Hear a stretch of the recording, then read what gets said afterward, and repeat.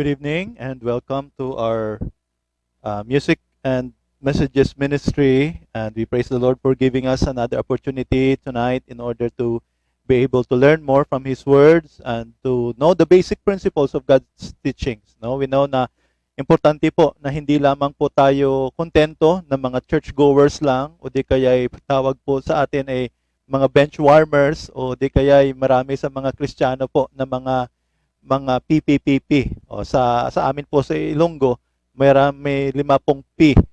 Pungko, pamati, patuyo, panguyab, puuli. So, I believe the Lord is not pleased with His children who are just complacent Christians. No, I believe we are being saved by the Lord in order to serve, and we have to grow in spiritual aspect. We have to grow in the Lord in order to be able to serve. Dahil we cannot expect, of course, yung mga tinatawag na mga novice o di yung mga bata pa sa pananampalataya na makapag-serve sa Panginoon. So, we need to grow in the Lord. Kaya nga si Jesus in the book of John chapter 15, no, that He plainly described Himself as the vine and we as the branches, and that He is not just pleased with bearing fruit, with bearing more fruit, but the Lord demands or the Lord expects what we call much fruit. And that having much fruit is not, there is no shortcut. Hindi po yan basta na tumanggap ka sa Panginoon and that you immediately bear much fruit for the Lord. No.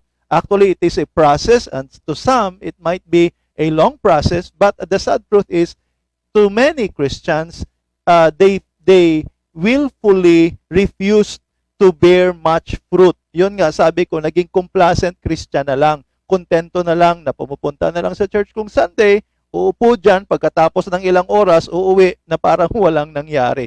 But I hope no, na patuloy po tayo na mag-learn, lumago po sa Panginoon, and therefore, as we grow in the Lord, then we can be useful instruments for His glory and for His honor. Amen? So again, this is now the 4th week of our music and messages ministry, and we thank the Lord for those who are praying behind this ministry, and to those who are appreciating, no, salamat po sa inyong patuloy na pagsusubaybay, sa lahat po ng mga members ng True Vine Baptist Church na patuloy na nagsusupport, nag-encourage at nagpipray, knowing that this is one of the ways wherein we can constantly minister, and of course to those who have not yet accepted Jesus as their Savior, this is one of our ways wherein we can tell you that God still loves you and that He died for you and that He wants to save you if you would just believe in Him as your Savior, if you would just acknowledge Him as your Savior.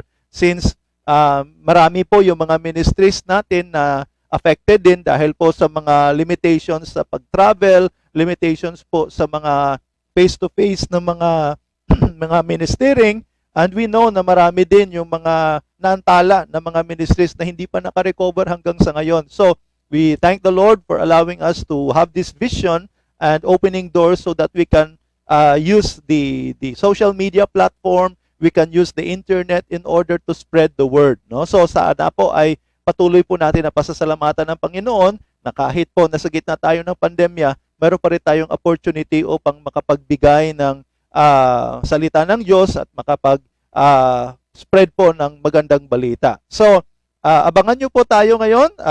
Samahan nyo po ako sa gabing ito dahil napakaganda po ng mga natitirang mga discussion po natin. If you still can recall, last time we talked about the difference between satanic music and the godly music or the God-pleasing music, which is totally different in pattern. No? The godly music appeals first more on the spirit, then on the soul, then the body. Whereas the satanic or the worldly music appeals first on the body, then to the soul, then last yung spirit. So, matutunghayan po natin sa gabing ito kung bakit ganun po yung mga ginagawa ng mga maraming churches sa ngayon that we are trying now to entertain the worldly influenced music. And now we are allowing that to enter into our churches, which, as what I've said, na that is actually an alarming trend today, na hindi na nagiging God-focused or Christ-centered po yung ating music, but instead, we are now being swayed towards entertainment kind of worship. So, before po tayo fully na mag-start, Let us pause for a while and let us ask for the Lord's blessing as we begin tonight. Let us pray. We are so grateful, dear Lord, for giving us another opportunity tonight to continue studying your words and to learn how to be edified, how to be strengthened in our faith as we know that we are living in these last days, and how our Satan is constantly and continuously also furthering his kingdom, his programs, and now trying to infiltrate churches by way of music. But thank you that you have allowed your word to be our basis and the Holy Spirit to be our guide and our teacher in order to give us the illumination, the understanding, the wisdom to know your word, to know your truth, so that we may be able to abide according to your will. Father, we just pray for your blessing, for your power, and even for your protection and for your continued guidance upon the discussions tonight. We are so thankful for those who are joining us, and I pray, Lord, that this will not only inform, but this will always strengthen our faith, knowing, Lord, that we have you as our God who promised that you will always be with us no matter what. So, Lord, we just commit the remaining moments of this live stream and thanking you for everything, and that we give you the due reward, the due honor, and the due praises, for you are worthy. In Jesus' name, amen. Okay? So, again, before we finally start with our next topic, actually, no, I first would like to shout out, no, sa kay Brother Ramram Campo. Good evening po, no, Brother Ramram. Brother Alan Vince, all the way from Sydney, Australia. Thank you, Brother Alan, for joining us. We are still continually praying for you, no, especially for your recovery. Sister Avril Saison, Sister Chari Saison, good evening po. And Sister Seni Estefanio from Quezon City. Happy birthday po sa hubby mo, Brother Michael. Happy birthday. And also to Sister Annie, no? Yung kapatid ni Sister Seni. So thank you for joining us. And kung gusto po ninyong ma-shout out yung mga friends nyo at family, just feel free po to write that on the comment section, because we will be giving time, no, before we end. We will be giving time to recognize them. And if you want to tag your friends, of course, you are very much welcome. Kung meron po kayong mga kakilala, mga Christian din, na kailangan po nilang matutunan or malaman po yung mga dinidiscuss po natin, you are very much welcome to share this video, no? And just write your comments if this ministry were able to bless your hearts, or the Lord has touched your hearts and taught you something through this program. Just feel free po to write on the comment section, no? So, and if you want to know more about the Lord Jesus Christ, sa mga kaibigan po natin na hindi pa tumanggap sa Panginoon, and if you find this ministry helpful, especially on how to establish that personal relationship with Jesus Christ, we will be very glad to assist you or to show you how to be saved. So just feel free po to comment, and we will connect with you as soon as possible. We will connect with you in order to show you how to be saved and how to have that personal relationship with God. Okay? And if you also have some prayer requests, don't hesitate to write that on the comment section. This is one of the ways wherein we can help you. Kung ano pa man yung mga struggles po ninyo, mga pangangailangan financially or materially, or maybe for healing, we will be very glad po to pray for you, no? Nakaantabay po yung mga members ng True Vine Baptist Church upang maipag-pray po kayo kung ano man yung mga specific po ninyo mga pangangailangan. Or if you want to send me a personal message or a private message, just grab the messenger and write your questions, or meron po kayong mga katanungan or clarification or mga bagay na gusto po ninyong idulog, no, na maipag-pray po natin. I will be very glad to help you in that matter. So, ito po yung ministry ng True Vine Baptist Church, and again, I am Pastor Aster Diduroy, the pastor of True Vine Baptist Church and the one hosting the music and messages ministry. So, again, no, kung meron po kayong mga bagay na gustong malaman, because this is now the 4th week, I would like to encourage you to review the videos, no, in order for you to know the full series. The past 3 weeks po na nakalipas, you can preview the videos po. Nandyan po yan sa aking timeline. So makikita po ninyo at least malaman po ninyo yung mga previous na mga topics na na-discuss po na po natin, and therefore uh, pwede po yang ma-access. Nandyan po yan sa timeline ko. So, okay. So, as we move forward, uh, ma mag-review po muna tayo. Okay? And we have learned already about the one of the things na kung bakit maraming churches po ay nag-i-entertain ng tinatawag na mga Christian rock music, no, as yung topic po natin ever since, no. Kung bakit mayroong mga churches or mga pastors na ini-allow, alam po nila na yung tinatawag na distinction between the secular rock and the Christian rock is almost similar, na halos walang pong pagkakaiba.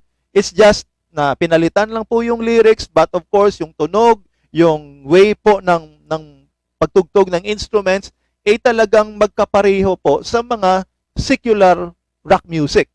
Pero kung ano man po yung kanilang mga motibo, ay as what we have discussed last time, ay isa po to kung bakit ini-entertain. Because sabi po nila, it is to cater to the desires of Christian youth who like secular rock music. Which, for me personally, that is a big no-no. We cannot compromise with the world. I believe, as I will be discussing that in a little while. So, ito po kasi yung gusto ng Panginoon sa atin. God wants us to be distinct. God wants us to be different. If you would look at the example of Shadrach, Meshach, and Abednego, when the king Nebuchadnezzar ordered them to bow down to the image that he had set up, no, in the book of Daniel, na sabi ni King Nebuchadnezzar, when you hear the sound of cornet and flute and sackbut and psaltery, I want you to bow down to the image that I have set up. So yan po yung instruction. And to those who will violate that command will be, in the same day, will be put into the furnace, in the burning fiery furnace. So, that is death. That is death penalty to those who would violate the order of the king. But indeed, matapos po na tumunog yung music, musical instruments, and the entire kingdom of Babylon, actually, all the people, languages, and tongues, they bow down, except the three Hebrew children, which is Shadrach, Meshach, and Abednego. At nung tinanong po sila, dinakip po sila at pinakita o pinaharap po sa hari, at nung tinanong sila ni King Nebuchadnezzar, bakit hindi kayo yumuko, hindi kayo lumuhod? Ay simple lang naman yung sagot ng tatlong Hebrew children. Sabi nila, we are not careful to answer this matter because we only believe that God is the only one who is worthy of worship or worthy of our obeisance or kneeling down. Sa Diyos lang daw sila luluhod. At hindi po sila natatakot mamatay. At sabi nga ni Shadrach, Meshach, and Abednego, we believe that God is able to save us, but if not, still we will not bow down to your image. I believe that is a clear truth that these three Hebrew children are so strong in their commitment, in their conviction, that they would never give in to the standards of the world. Kaya nga po, nakakabahala po pag yung mga maraming churches or maraming mga pastors ngayon na nag-give in dito sa mga gawain na hindi dapat na makamundo or mga standard ng mundo. So we are now letting this kind of music to enter into our churches. Kaya kung yung rason is just to cater the desires of our young people, instead of teaching them the truth, why compromise to their likes?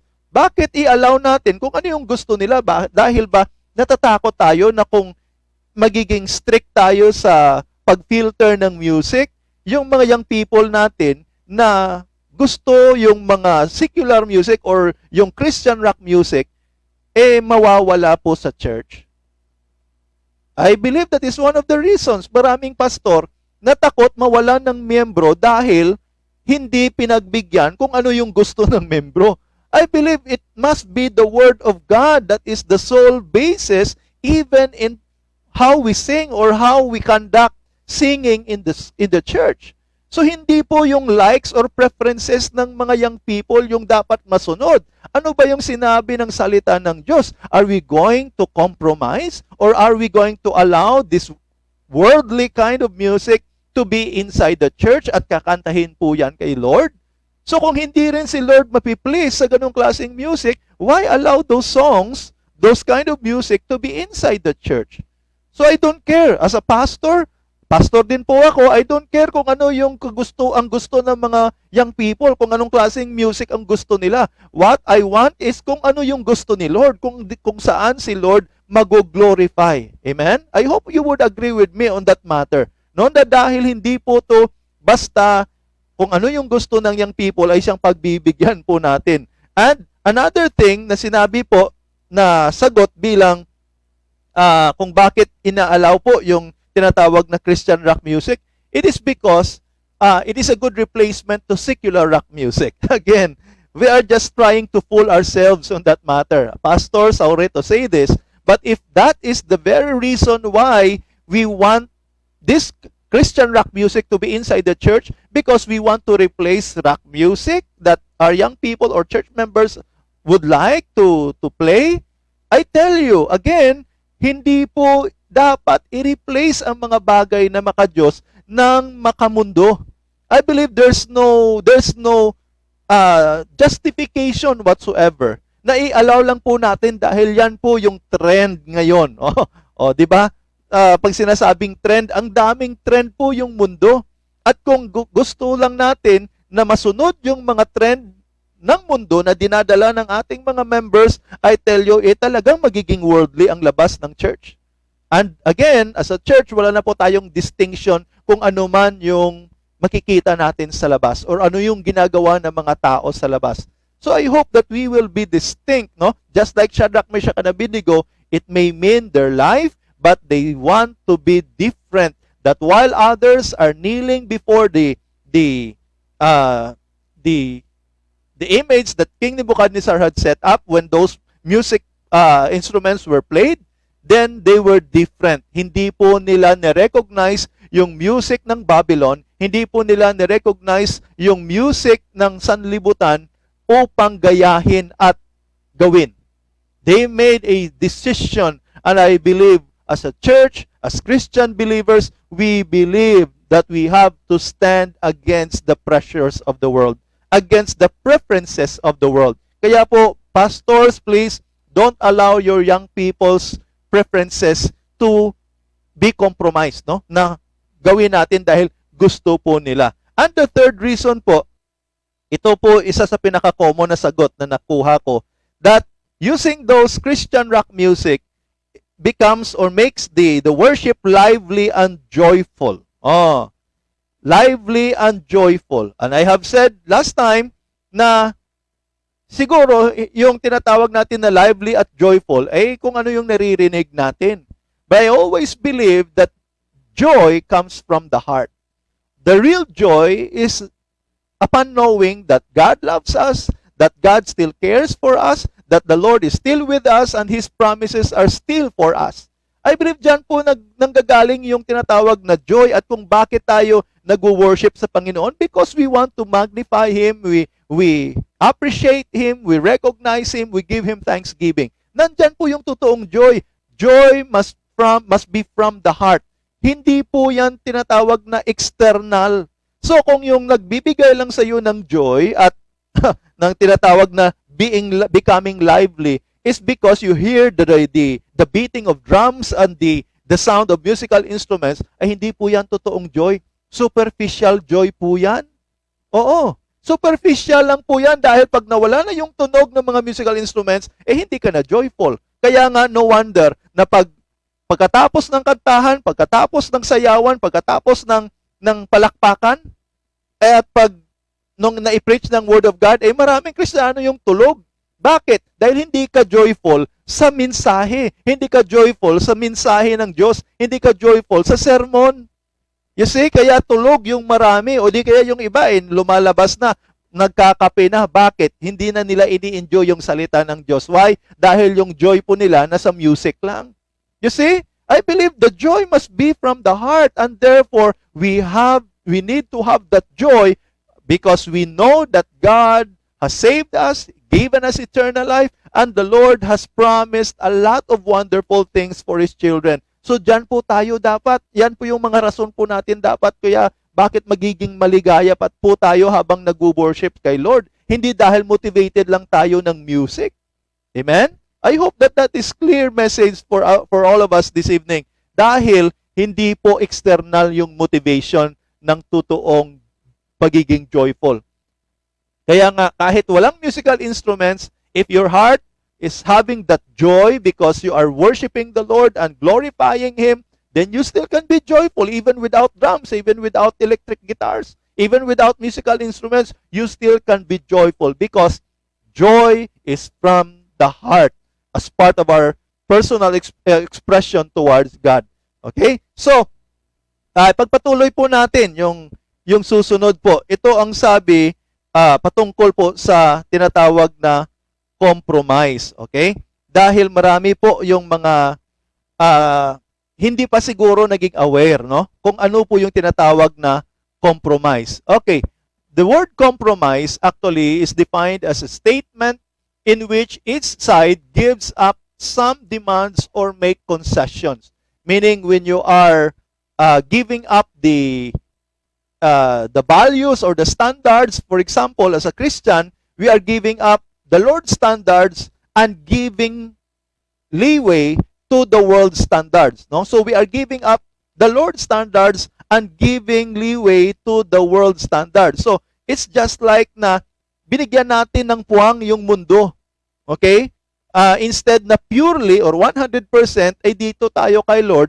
So binawasan mo yung loyalty mo kay Lord and you have given the world the opportunity to share that 100% loyalty na sana para kay Lord. So yan po yung tinatawag na compromise. Another definition po, letter B, is that compromise is also defined as an adjustment of opposing principles, systems, etc. by modifying some aspects of each. Another definition is something midway between two other things to qualify, effect, etc. And letter D,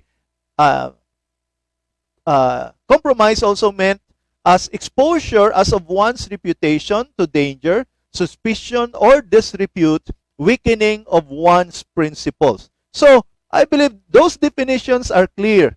Na bilang mga Kristiyano, as what I've said, na yung standard po natin ay dapat according kay Lord at hindi po according sa standard ng sanlibutan. Now, when we give way or when we yield or when we sway towards the world, then we have allowed the world to give in or to intervene with our kind of music, no? Since sa music po tayo.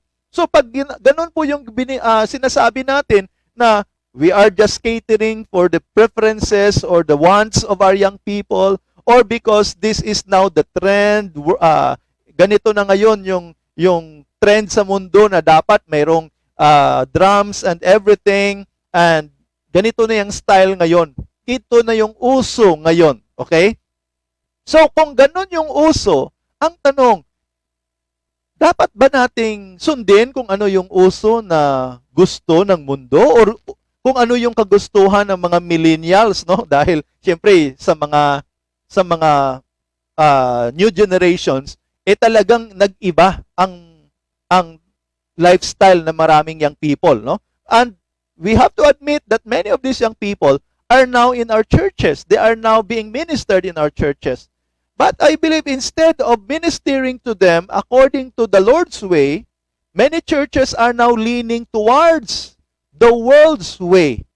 Kaya nga yun yung tinatawag na compromise when we gave in to the wants, to the standards, to the preferences of the world, that is compromise. And yan nga yung sinabi ko na nakakabahala dahil po hindi po tayo dapat mag-compromise. Ano po yung sinabi ni Paul?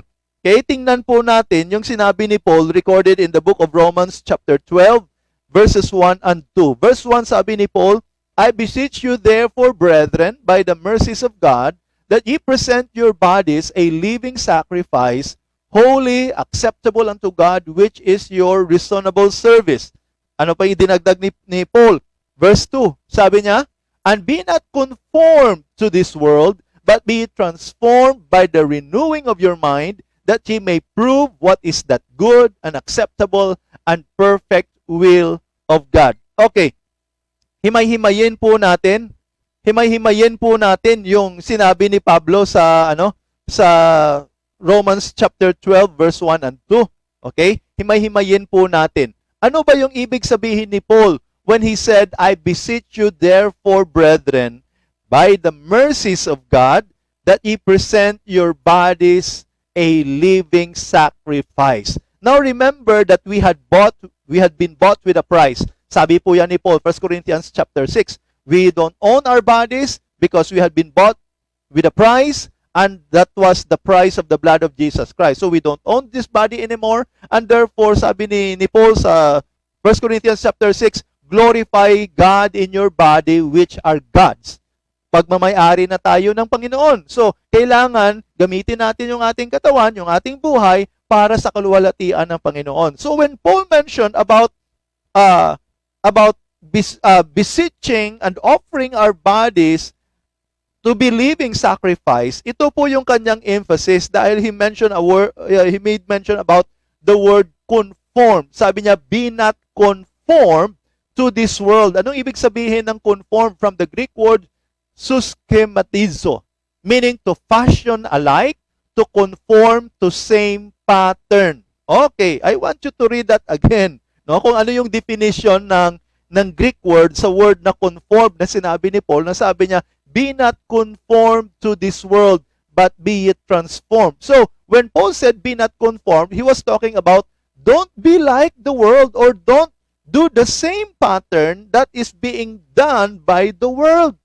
So, kung yung pattern po ng music ng sanlibutan ay talagang para kay Satanas, now, ano ba yung gagawin natin sa music na para kay Lord? Are we going to pattern the same music na para intended kay Satanas at i-pattern po natin yung mga kanta para kay Lord? I believe that is an exact word na sinabi ni Paul, be not conformed. Dahil hindi po natin kailangan i-pattern yung music ng para sa Panginoon na i-pattern natin mula sa music na makamundo or music na para kay Satanas. I hope that is a clear teaching of Paul that we are being challenged never to conform. Sabi niya, to fashion alike, meaning yung conform is meaning to look like or to sound like or to appear like. Oh. So hindi po dapat because we had been challenged not to conform. Ano pa? Ano pang tinagdag ni Paul? He said, but be rather transformed. Instead of being conformed, sabi niya, be transformed. The word transformed, okay, from the Greek word metamorphuo, meaning to change. Oh, yun ibig sabihin po ng transform, meaning may pagkakaiba. Hindi po tayo dapat maging kapariha. Kung ano man yung music, hindi po dapat pareho yung music natin sa church kaysa sa music na makamundo. Meaning we have to change or there must have the change. Kaya nga sinabi ko kanina, we must be distinct. Just like Shadrach, Meshach, and Abednego, that when all the subjects under the kingdom of Babylon, they bowed down and worshiped the golden image, but never Shadrach, Meshach, and Abednego. They were different. They stood firm, and they never were fashioned alike than those rest of those who bowed down. Hindi po sila sumunod, hindi po sila yumuko, hindi po sila nag-worship. Kaya, I like the conviction of these 3 Hebrew children because the penalty would be death. But they never cared to put their lives at stake. But because of their conviction to stand for God, kahit mamatay man sila, hindi sila magiging kagaya ng mundo. So sana ganun po tayo. Especially sa last days po na maraming pressure. I know, maraming pressure po na ginagawa sa mga churches. But just like Shadrach, Meshach, and Abednego, that they are willing to die to stand for the Lord, to stand for the cause of the Lord, and that they would never give in no matter what. Kahit patayin pa sila, hindi sila magiging kagaya ng iba na yumuko at nag-worship sa image ni King Nebuchadnezzar. So sana po ganun din tayo kahit ah, balatan man tayo ng buhay, ay hindi po tayo magiging kagaya ng mga tao na nawala sa Panginoon or di kaya'y makamundo. Kahit balatan man tayo ng buhay, ay hindi po natin i-allow na yung mga music na para sa Panginoon ay galing sa makamundo. So let us change or let us have must change, no? Na dapat klarong-klaro at may pakita po natin yung tinatawag na pagbago or tinatawag na pagkakaiba. So ano pang idinagdag po ni Pablo? Sabi niya, we must be transformed by what? Sabi niya, by renewing. Ano yung ibig sabihin ng renewing? From the Greek anakainosis, meaning renovation. We know that we have the same mind. Ganito pa rin yung utak natin in terms of the physical structure ng brain. Ganun pa rin naman nung hindi po tayo tumanggap sa Panginoon. Ganito na yung utak natin. But the moment we believe in Jesus, there must have a different perspective in our mindset, in our views, in our conviction. Dapat may pagkakaiba. Kaya nga, we have to understand that the mind, according to one saying, that the mind is Satan's playground. Magiging laruan or yan po yung lugar para pinaglalaroan ni Satanas yung mind ng maraming Kristiyano. And this is where the battle begins. And that when we yield to the pressures of the world, then we easily give in to the likes of the world, to the fashion of the world. Pero sabi ni Paul, be ye different, have change by way of what? First, by renewing our mind. Yung mind po, sabi po ni Paul, is that because we have to make the choice. Dyan po dyan po yung tinatawag na decision making na sa mind po yan natin. So when we weigh things, whether something is God-pleasing or not, then we make choices. So I hope that we can make that clear change because we choose to go with the Lord and depart from the world. When Shadrach, Meshach, and Abednego had chosen to stand up while others are kneeling down and worshiping the golden image that Nebuchadnezzar had set up, then that was actually a choice.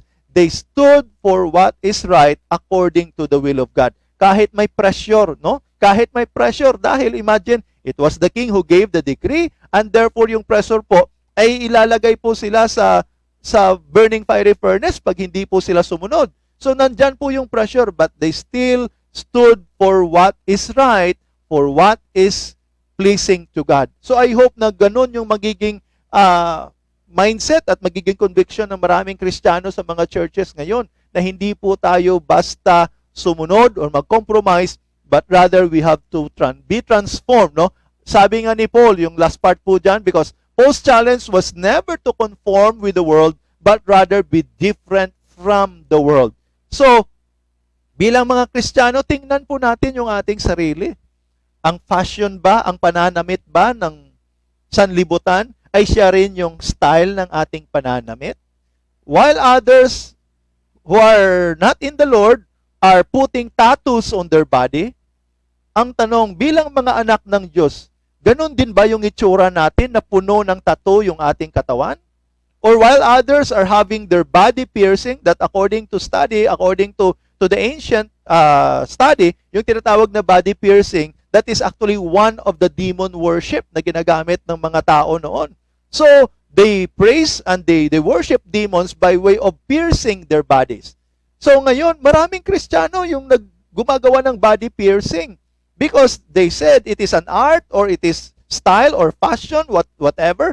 Pero hindi po natin alam na wala na po tayong pagkakaiba sa mga tao na wala sa Panginoon.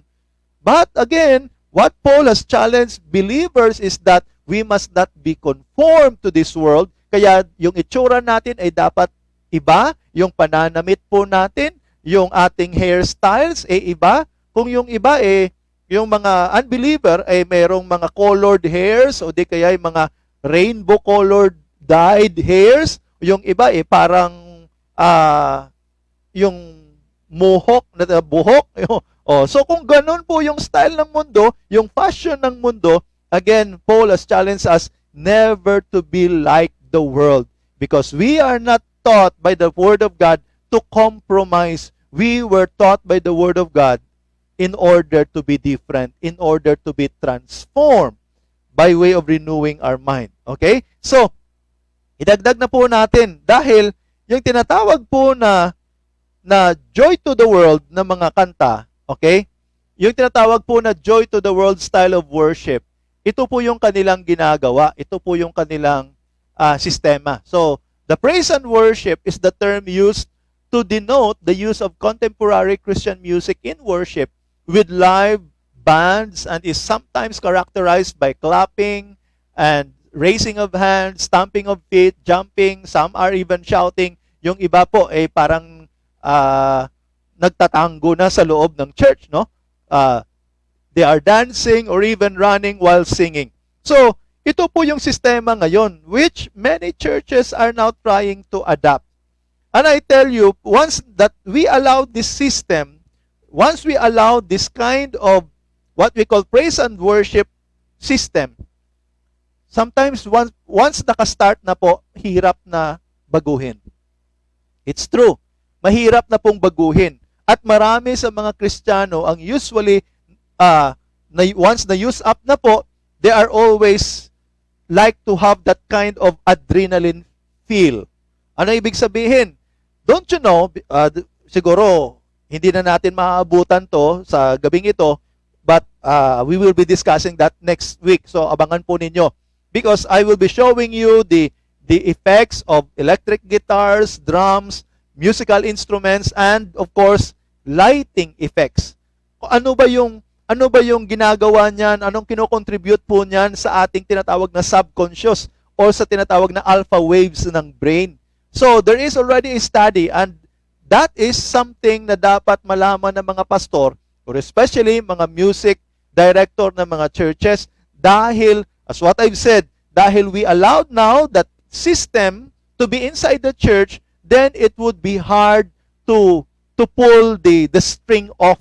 Meaning, once nakapag-start na, tuloy-tuloy na po yan. And sometimes or many times, tuloy-tuloy na po na wala ng preno. Dahil we allowed it firsthand, nakapag-first base, at ngayon, anong expect natin? Eh di magse-second base yan, magti-third base yan, and sometimes before we know it, we become extreme in allowing this kind of music to be in the church. Hindi na, wala ng preno, dahil mahirap na po nating mabigyan ng distinction at marami nang yung mga young people magrarason. Eh pastor, noon ginagawa natin yan, bakit ngayon eh hindi na pwede? Oh, ganun na yung mga reasoning. Eh pastor, noon, di ba kinakanta din natin yan? Eh ngayon bakit off limits na? Eh pastor, di ba sumasayaw tayo noon? Eh bakit ngayon hindi na pwede? I tell you, because it became a deterrent, nagiging nakapag-start na, and now it became a point of reference to many, and that they find it hard to stop the system anymore. So, kaya yan po yung explain ko sa mga young people o sa mga members sa True Vine kung bakit sabi ko, let us not allow it dahil pag nakapasok po yan, it would be hard to stop it. Sometimes, mabuti na lang kung nandyan yung pastor or nakatingin ka or inobserbahan mo sila or nagsusupervise ka. But many of those musicians actually are unsupervised, meaning they do it their own. Kaya, I have seen a church na they allow their young people to handle those musical instruments. Eh, mabuti pa nung umpisa dahil meron pang supervision. And later on, habang yung mga young people ay nagpa-practice, I was there actually, habang nagpa-practice, nagja-jamming po sila.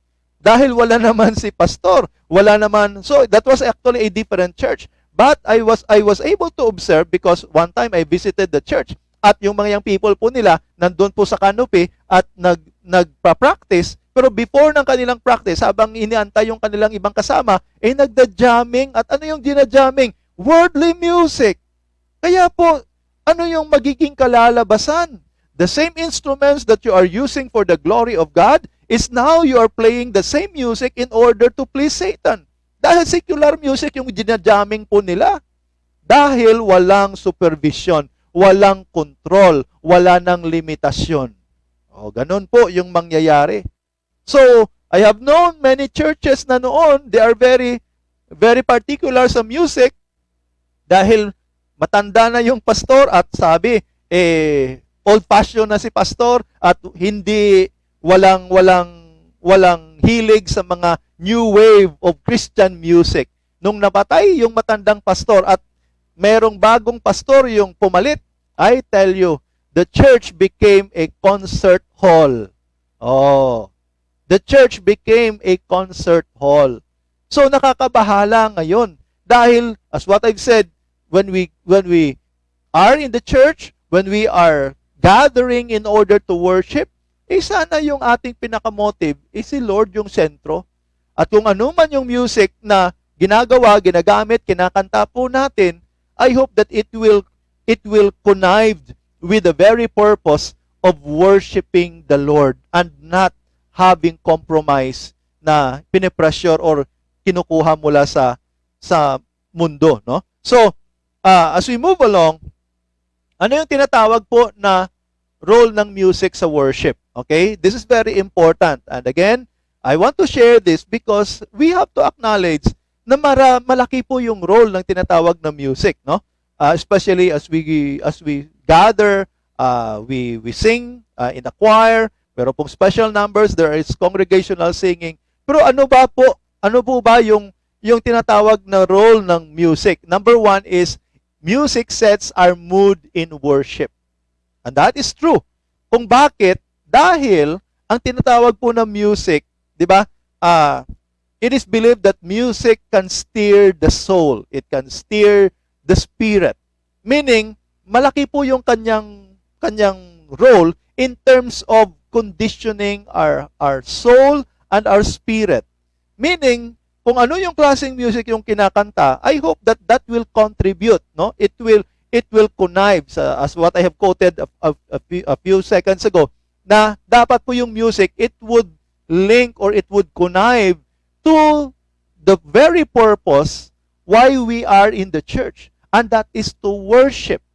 Pero kung yung music po na yan ay nilalayo tayo sa Panginoon dahil yung aktibo na ngayon ay hindi na yung ating soul, hindi na yung spirit, kundi yung ating katawan na, yung flesh, yung ating body. So hindi po yan yung purpose dapat ng music. Music must be used in order to set our mood while we worship the Lord. And number two, the lyrics and messages of the songs help us to recognize God's greatness, love, goodness, and faithfulness. Kaya sinabi ko na, yung tinatawag po na ang importance ng lyrics, no? Kung bakit? Dahil dyan po yung mensahe mismo na ang mensahe na nakakadagdag ng realization sa part natin. That is why many times when I sing during the congregational singings, I felt like crying. Why? Because I have learned from the lyrics, from the message of the hymn, of the song, that indeed God is faithful to me. So kung na-realize lang po natin kung gaano si Lord kabuti sa atin, and while singing that song, we learn so much truth about the Lord. And that is one of the roles of music. Another thing, hindi lamang po na ang message or ang lyrics po na ibinibigay ay talagang nagpapatunay sa kabutihan ni Lord, but music is not to entertain us or to sway us from the very motive and purpose of worship. Hindi po sana tayo nilalayo, as what I've said, na yung music dapat ay nagko-contribute po yan. Dapat po yan ay nagbibigay sa atin ng conditioning, no, ng ating heart, ng ating buhay, ng ating soul and spirit in order to commune with the Lord, which is very important. Rather than being focused on the physical aspect, we are more engrossed with and driven away, or we're led away by the beat, by the musicians, or di kay kung sino yung mga nasa stage at sila po yung nagli-lead ng singing at they are now entertaining the congregation. So hindi po ganon. Sana po ay ma-realize natin na lahat yung music, yung role ng music ay nagko-contribute po to upang mai-establish yung pinaka-purpose natin, and that is to worship the Lord. Another thing is, tingnan po natin kung ano yung worship na sinabi, kung ano po yung sinabi sa John, sinabi ni Jesus mismo, John chapter 4 verse 23 and 24. At ito po yung worship. Remember na yung worship, sinabi ko na dapat ay God-centered or Christ-centered. Jesus said in John 4 verse 23 and 24, sabi niya, "But the hour cometh, and now is, when the true worshipers," take note, naka-underline po yan dyan, "when the true worshipers shall worship the Father in spirit and in truth, for the Father seeketh such to worship Him." Look at verse 24. "God is a spirit, and they that worship Him must worship Him in spirit and in truth." Now, that is a very clear and a very common verse at the same time, no? Pero ano po yung sinabi po dito ni Jesus, no? Actually, this is an encounter with the Samaritan woman, and during that encounter, the woman actually asked the question, because sabi ng Samaritan woman, "Our fathers went into the mountain in order to worship." So, yung sagot po ni Jesus, sabi niya, "A woman, I would like to tell you, whether in this mountain or at Jerusalem, worship the Father." So, importante po yung tinatawag na worship, dahil sabi nga ng verse 23, "The Father seeketh such to worship Him." Remember, and let us take note of this following guides according to what Jesus Christ had said, that first, worship is about God and not us. Okay? Worship is about God and not us. It's not about us. So, kung pumupunta po tayo sa simbahan and collectively we are there, when we do things, ang tanong, is it for us?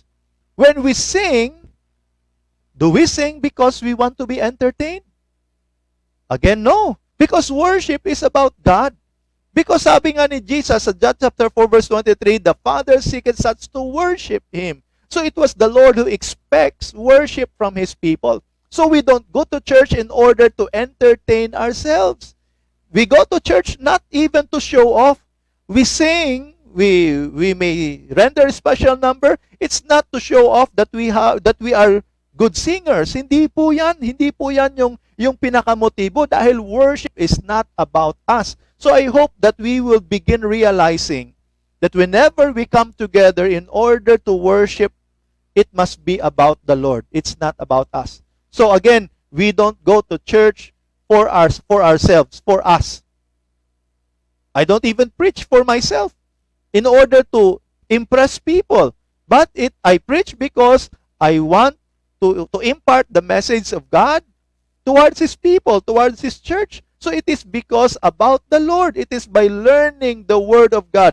So I hope na importante po yan na malaman natin that worship is about God and not us. Another thing, worship is according to God and not according to the flesh, or not according to our preferences. Okay? Gusto ko po yung i-emphasize na dapat po nating tandaan na sabi ni Jesus, "The Father seeketh such to worship Him." So, kung ang Panginoon ang siyang naghahanap ng mga totoong, because as what Jesus Christ said, true worshipers. I-highlight po yan natin sa kanina, no? Sa ating slide. So, true worshipers. That when these true worshipers would come, the Father seeketh such to worship Him.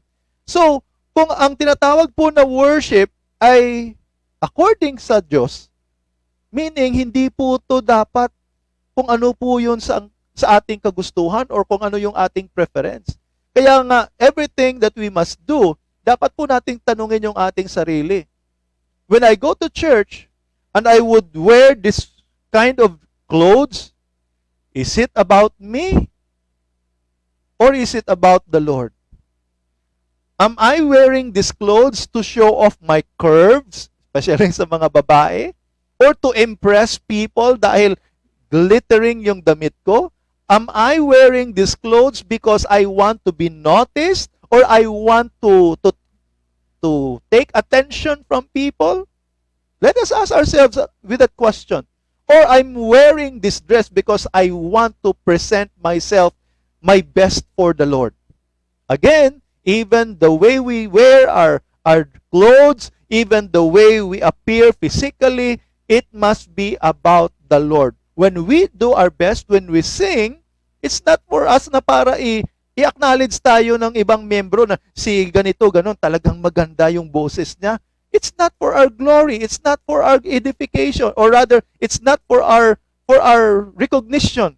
But rather, when we sing, it must be for the Lord. I want to render this song. I want to sing this song because I want to honor the Lord with my voice.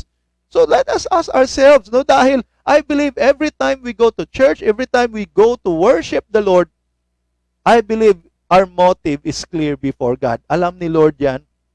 Kaya nga tanungin natin yung ating sarili.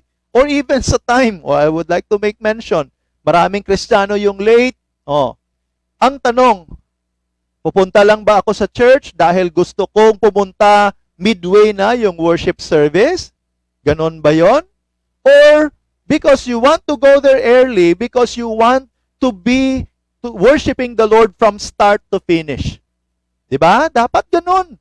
Kaya kung bakit maraming late na mga Kristiyano, because that is our preference.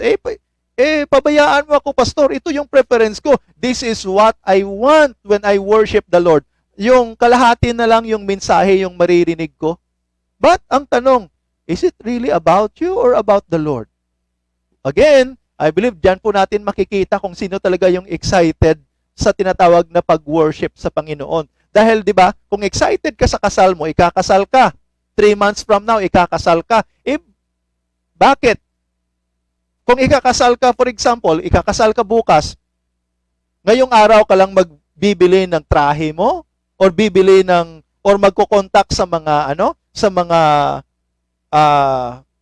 florist, o di kaya kung sa, magpre-prepare ng pagkain, bakit? Ngayon ka lang ba magpre-prepare? I don't think so.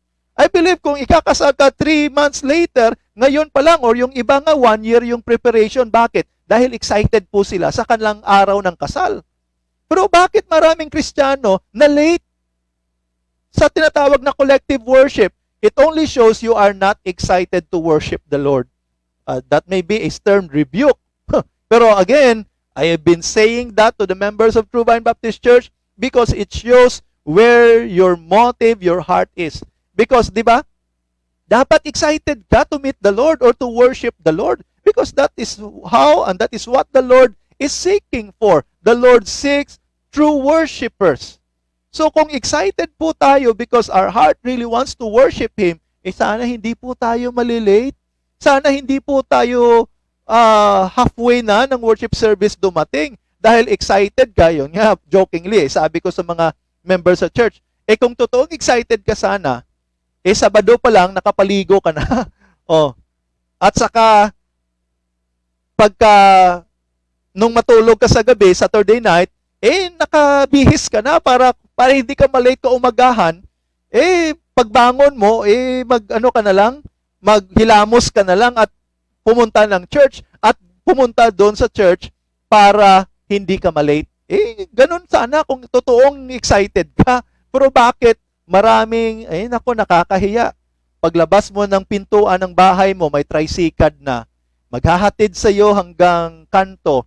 Paglabas mo ng kanto, may taxi na o may sasakyan na. Pero late ka pa rin.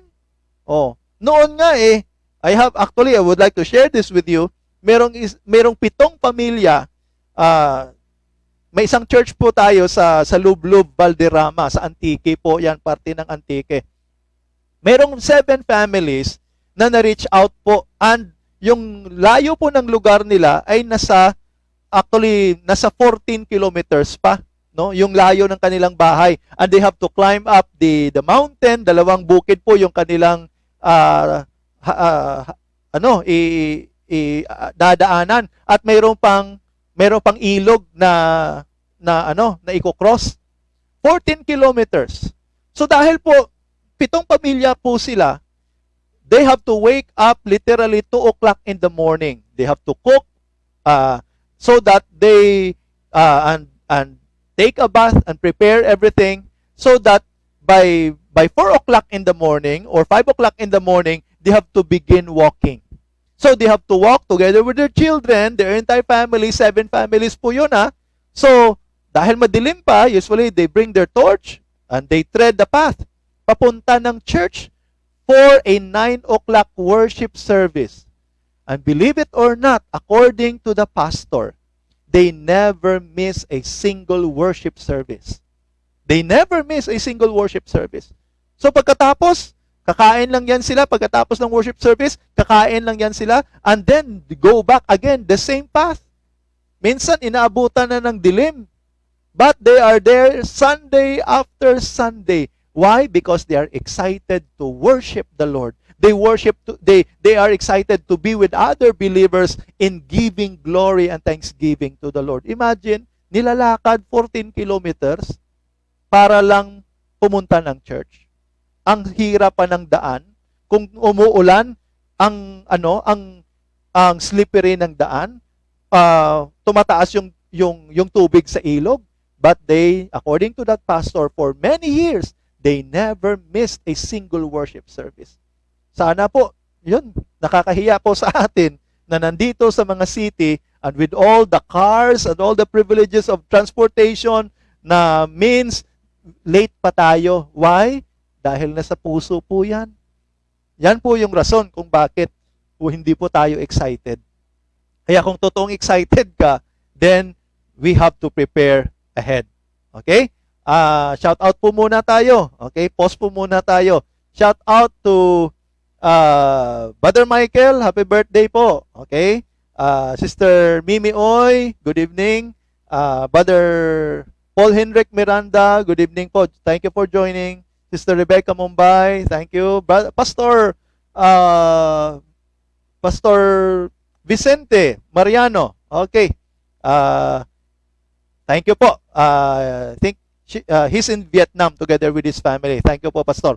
Missionary po siya doon. No? So, praise God for joining us and praying for your ministry there, Pastor Vicente. No? Manang Kata Akaling, thank you for joining us. Sister Gazelle Amante, okay, thank you po no, for joining us tonight.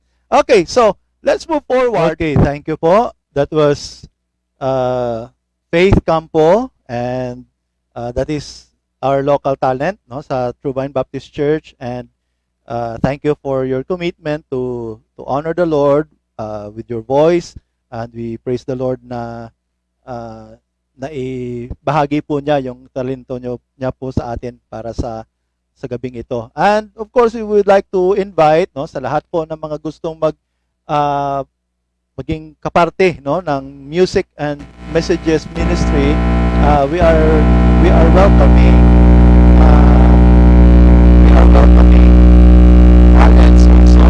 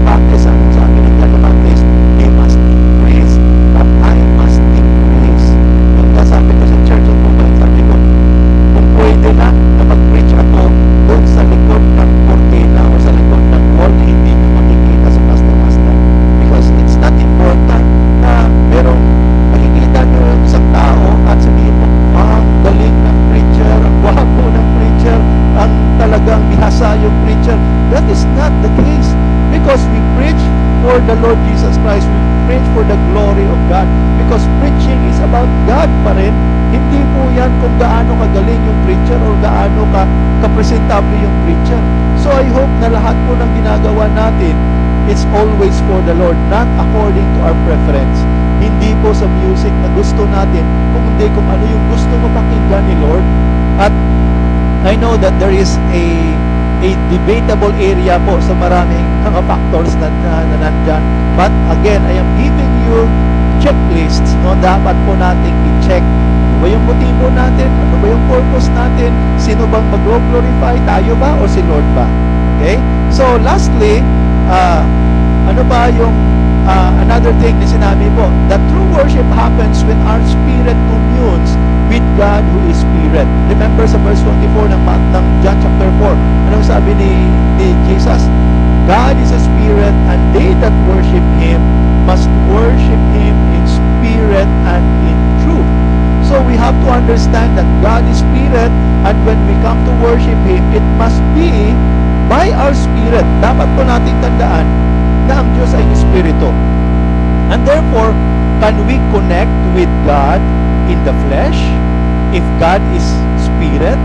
Now remember that our being is composed of body, soul, and spirit. So ano ba yung nagko-commune? Ano ba yung nagko-connect kay Lord? Ang physical ba natin? Ang soul ba natin? O yung espiritu natin? Of course, our spirit is the one that connects, that communes with the Lord, because He is Spirit, and therefore the physical could not have that link, no, in between. Dahil remember that the physical is material, while spirit is in the spiritual realm. So hindi po sila magpo-connect. Kaya nga sabi ni Jesus, John chapter 4 verse 24, God is Spirit, and they that worship Him must worship Him in spirit.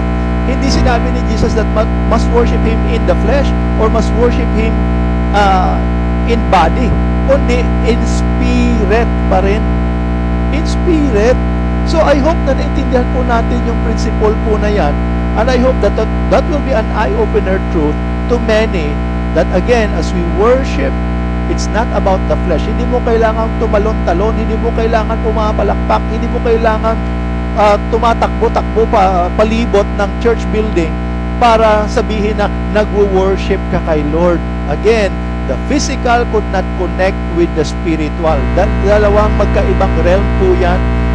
The body is on the physical realm, while the spirit is on the spiritual realm. So kung bakit yung sabi ni Jesus that worshipers must worship Him in spirit and not in the flesh, because it is only by our spirit that we can worship the Spirit God. I hope that was clear. I hope that is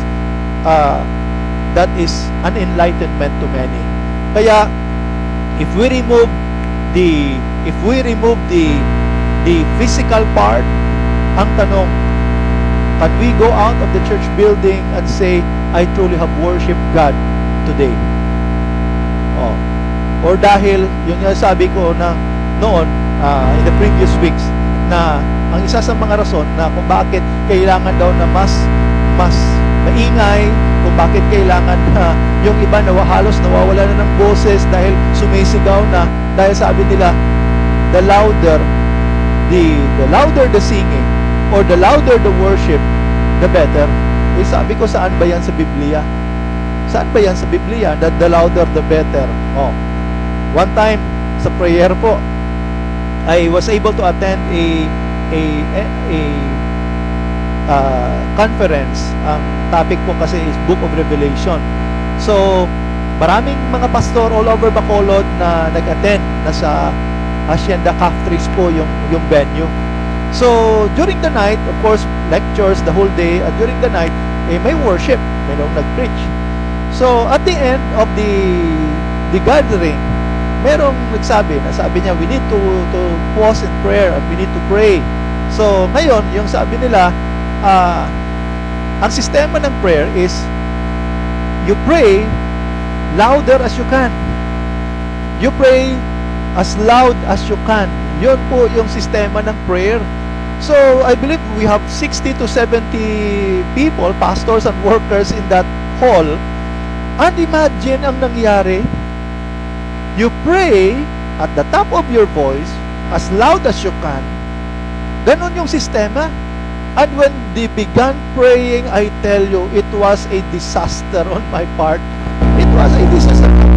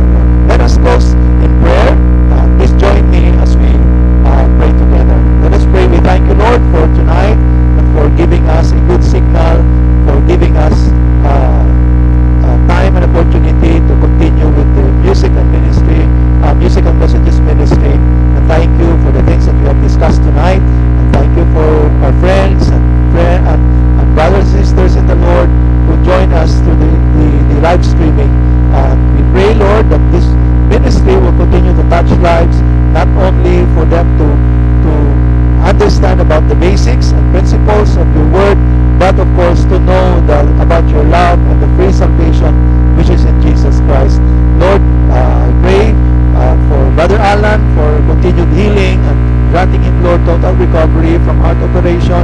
And also praying for Brother Michael, Estefanio, and Sister Annie for giving them another year. We praise you, Lord, for your faithfulness in providing for their needs, and praying for your protection to their families and strength and blessings.